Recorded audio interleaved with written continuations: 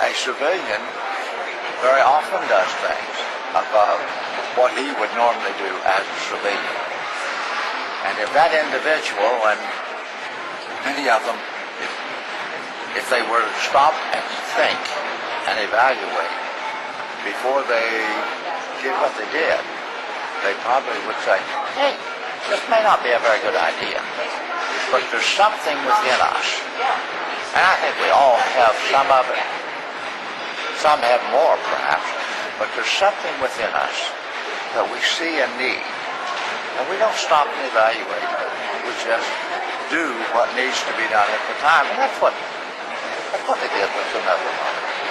Had I really stopped and thought, on February the 23rd, 1945, fella, if you go out there, you might get killed. I would have said, no, that's not, that might not be a good idea. So, the same thing happens in civil life.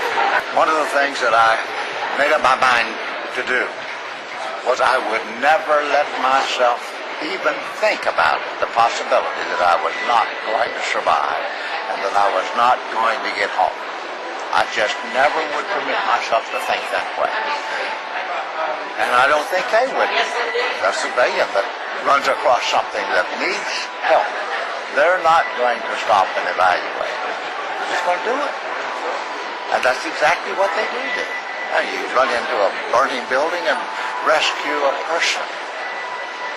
If they stopped and thought about it, like, hey, it may not be a good idea to go in there. So maybe we can be a role model to others. I hope we can, because we know that within every individual there is that desire and that commitment to help somebody else. And what a feeling it gives us.